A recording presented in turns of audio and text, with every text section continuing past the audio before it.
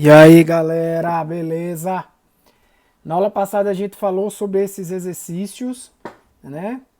Resolvemos esses exercícios. E na aula de hoje a gente vai falar do problema das canetas, tá? Em que consiste o problema das canetas? Imagina o seguinte: você vai comprar 30 canetas iguais, né? E essas canetas foram pagas com uma nota de R$ 100, tá? E aí você obteve um troco de R$ 80. E eu pergunto, quanto é que custa essa caneta? É muito simples de resolver, isso é uma equação simples de primeiro grau, né? Ou seja, você tem 30 canetas multiplicado pelo número de canetas que eu quero saber, mais o troco que eu recebi é igual a R$ 100. Porque se eu tinha R$ 100, comprei o que seja, né? E tem um troco de 80, então esse o que seja mais 80 tem que ser igual a 100. E esse o que seja é o quê?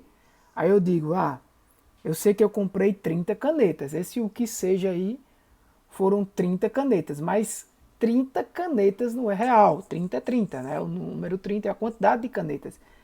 O valor real das 30 canetas é esse o que seja, não sei. Como é que eu sei? Bem, se eu comprei 30, o valor total é 30 vezes o número do valor unitário, vai ter o valor total de quanto eu gastei com as canetas. Exatamente. Somado a 80 dá 100. Então, fazendo essa simples conta, a gente chega a um valor de 66 centavos. Beleza? Se eu fosse transformar isso num algoritmo, como seria representado esse algoritmo, né? Claro, isso aqui é um algoritmo, uma forma descritiva, uma forma simples, né? Não está aqui de forma computacional. Como eu disse a vocês, essa aula aqui é aquela aula onde a gente vai comentando sobre os algoritmos e aprendendo um pouco sobre lógica, né? A ideia aqui não é ainda implementar, claro, depois a gente vai implementando outros assuntos, entra na parte mais teórica, depois volta para comentar sobre algoritmos, fazer vocês pensarem, depois a gente implementa novamente usando lá o Visual Alchemy, tá? Então a gente pega os valores, né, 30, 100 e 80. O que é que eu faço? Eu subtraio, a lógica é essa, né? Eu subtraio o troco do total e vou pegar o resultado, que no caso 20, e dividir pelo número 30, que é a quantidade de canetas, né? Vai dar 0,66, certo? E depois eu mostro o resultado e fim do algoritmo. É muito simples, tranquilo? Mas aí vamos avançando. Como seria uma forma geral disso aí, né? Como eu teria uma forma geral desse algoritmo? A forma geral, eu sei que eu comprei uma certa quantidade de canetas. Esse valor não é fixo, que é o mais normal você não trabalhar com valores fixos no algoritmo, né? Então você vai comprar quanto? Você vai comprar N canetas, né? Que foi pago com um valor total. E tem-se um troco. Então aí, se você observar, você já capta três variáveis: a quantidade de canetas, o valor total pago, né? E o troco que eu obtive. Quanto custou cada caneta? Então, eu vou pegar os valores de N, total e troco, eu vou solicitar ao usuário.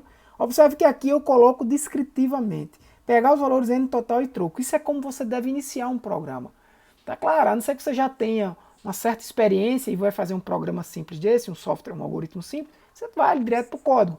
Mas, em geral, se a ideia que você está fazendo esse curso é porque você está aprendendo. Então, em geral, faça de forma descritiva. Eu vou pegar por sua linguagem mesmo, o valor de N total. Vou solicitar ao usuário que digite o valor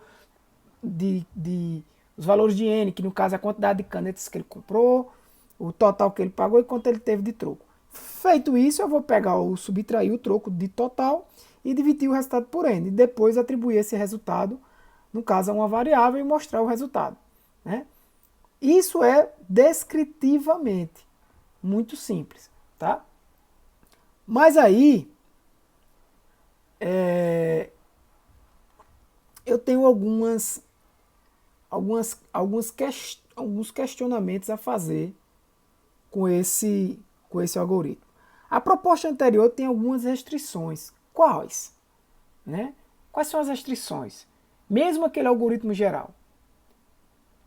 Quais são as restrições? O que aconteceria, por exemplo, se eu comprasse menos 3 canetas? O que aconteceria se o usuário digitasse lá? Quantas canetas você comprou? Menos 3. Não existe menos 3, né? Como é que eu faria? E se o valor do troco fosse maior do que o valor total. Por exemplo, você pagou a nota de 100 e recebeu 120. Tá estranho, né? Se o valor do troco fosse maior do que o valor total. Ou seja, algumas condições precisam ser expressas, né? Entre outros, você poderia até criar outras regras aí se fosse necessário nesse problema, se fosse algumas questões específicas, como por exemplo, você recebeu uma nota, hoje já tem a nota de 200, né? Mas você recebeu uma nota de 500 reais, não tem sentido, né? E não faz muito sentido também você colocar um valor, se já que você determinou que vai receber um valor por uma nota, né? Se você determinar, você vai receber uma nota, então já não pode ser uma nota acima de 200 reais, né? Claro que você poderia receber os 500 reais, mas se você considerar que o problema original fala que recebeu uma nota. Então, se o seu algoritmo, você determinar isso, que o pagamento tem que ser com uma nota, uma coisa específica do seu algoritmo para alguma questão, vai que tu está fazendo um algoritmo lá para uma máquina e a máquina só recebe uma nota, né? O cara faz o pagamento numa maquinazinha, a maquinazinha só recebe uma nota e lê. Ela não recebe, por exemplo, 200 reais sendo duas notas, nem algo do tipo. Digamos que é uma limitação da máquina. Poderia ser, né? Então o algoritmo já teria que ter uma nova restrição aí. Então, você tem que verificar se o total é maior do que o troco, certo? Ou seja, se o total for realmente maior do que o troco, beleza. Se o número de canetas é maior do que zero, porque você não vai comprar 0 canetas. Se o próprio total é maior do que zero, o fato do total ser maior do que o troco não implica que ele é maior do que zero, né? Porque você pode botar os dois negativos, por exemplo, e daria errado, né? Não tem real negativo no caso. E o troco é maior ou igual a zero, né? O troco pode até ser zero, concorda? Você pode comprar a quantidade de canetas e o valor total pode ser exatamente o valor da nota que você aplicou lá digamos, numa máquina dessa de vendas, né? Então, pode ser igual, mas tem que ser maior também, ou maior do que zero. Ele não pode ser menor do que zero. O troco não pode ser maior do que o valor pago. Então, se todas essas condições aí forem verdadeiras, a gente vai poder aplicar a fórmula. Então, essas condições têm que ser verdadeiras. E lembra, eu já expliquei, aqui a gente tem condições em que eu vou utilizar, você já deve ter percebido, que eu vou utilizar o i, né? O AND, ou AND, como você queira chamar, se você quiser já se acostumando com as linguagens de programação que utilizam AND, utilizam o i comercial. Para quê? Para informar que esse é um problema lógico que vai me trazer ou é verdadeiro ou é falso. Perceba que todas essas perguntas aí, ou é verdadeiro ou é falso. Total é maior do que troco, ou é verdadeiro ou é falso, né? Então todas têm que ser verdadeiras. Se a gente for lá na tabela verdade, a gente já estudou que para que a expressão completa seja verdadeira, todas as sentenças têm que ser verdadeiras, né? Então eu vou usar a função i, né? A instrução i. Então vamos lá. O que é que eu vou fazer? Ler os valores, aí eu pergunto se, olha a lógica que eu utilizo. Eu aqui já estou utilizando, gente, uma estrutura de programação, a qual a gente ainda não estudou, porém, como eu estou trabalhando aqui lógica de programação, ainda não estou aplicando aqui uma linguagem nem coisa do tipo, a gente vai estar falando dessas estruturas para vocês irem se acostumando. O que é uma estrutura de decisão, uma estrutura de repetição. A gente vai estar estudando essas estruturas, não ainda implementando na linguagem, mas para que você se acostume com a lógica do negócio. Esse se aí pode ser do jeito que você quiser, pode ser um if, como é em inglês. Eu botei aqui se, botei parênteses, botei um i, mas a lógica nessa descrição é a sua lógica. Você pode escrever que daí você depois vai implementar isso para o algoritmo, né? Então, o que você precisa entender é a lógica desse problema, né? Então, o que é que eu estou dizendo aqui? Se tudo isso aí for verdade, então, né, como você vai descrever isso não tem que ser exatamente como eu estou escrevendo aqui no exemplo. Faça do seu jeito, é uma lógica. Desenhe isso no papel. A lógica é essa, eu vou verificar se essa variável é maior do que essa, e essa é maior do que essa, E assim vai. Se todos forem verdadeiros, eu considerando que isso aqui vai me dar ou verdadeiro ou falso, então considerando que isso aqui tudo é verdadeiro, que total é maior do que troco, que n é maior do que zero, que total é maior do que zero, que troco é maior ou igual a zero, aí sim, então, observa que o então aí, eu criei e deixei em negrito para destacar, né? Eu estou fazendo já próximo de uma linguagem de programação. Mas, claro, isso aqui é uma lógica, isso é uma estrutura de programação, uma instrução de decisão que vai causar um desvio no programa. Observe que até o momento, todo o algoritmo que a gente vem utilizando de forma geral, ele é sequencial, porque a gente tem a estrutura sequencial de decisão e de repetição. Essa estrutura que a gente está utilizando agora é uma estrutura de decisão, que vai decidir se essa sentença completa é verdadeira ou falsa. Se ela for verdadeira, aí sim eu vou dizer que o valor vai receber essa setinha de atribuição aí, como eu já falei, pode significar atribuição. Poderia ser 2 pontos e um sinal de igual, como eu já falei. Vai receber o quê? O resultado de subtrair troco de total e dividir o resultado por n. Eu vou fazer esse troço aí matemático. Observa que o que eu botei aqui foi uma descrição. Eu vou pegar troco, eu poderia até escrever. Pegue troco, subtraia de total e o resultado divida por n. Você vai ter o valor das canetas, o valor unitário de cada caneta. Né? Depois eu mostro o valor. Você sabe que isso a máquina não entende. Inclusive essa descrição, esse algoritmo, essa descrição do algoritmo é algo que você compreende e interpreta. Dependendo da forma como você descreve esse algoritmo e mostrar a outra pessoa pode até entender diferente. Que não deveria, mas pode até entender um pouco diferente do que você descreveu do seu jeito.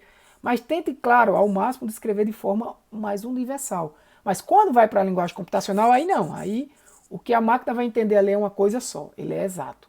Né? Uma das propriedades, inclusive, dos algoritmos. Então, se não, ou seja, se aquela estrutura de cima não for, se essa estrutura de cima não for verdadeira, aí sim, ela é falsa, então você vai exibir erros, os valores estão inconsistentes. Observe que ou ele vai apresentar o conjunto que está dentro do si, beleza? Ou vai apresentar essa instrução exibir. Beleza? Vai depender do que das variáveis que forem apresentadas e do que o resultado encontrado de troco foi. Desculpa, o resultado encontrado da sentença total maior ou igual a troco, maior do que troco, n maior que zero, total maior que zero e troco maior ou igual a zero, resultou. Se resultar em verdadeiro, vai executar as duas linhas, né, digamos assim, do bloco si. Se não, vai executar a linha do bloco se não. Então, gente, nessa apresentação agora eu vou mostrar para vocês como seria o mesmo algoritmo, né, utilizando fluxogramas. Tranquilo?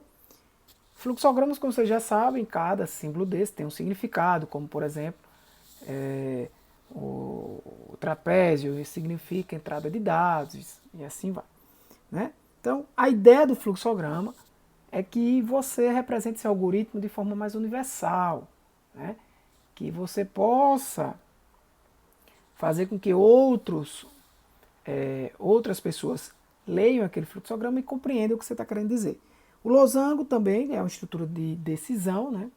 E aí vai verificar aquelas condições que a gente colocou e ou isso aqui vai ser falso ou vai ser verdadeiro.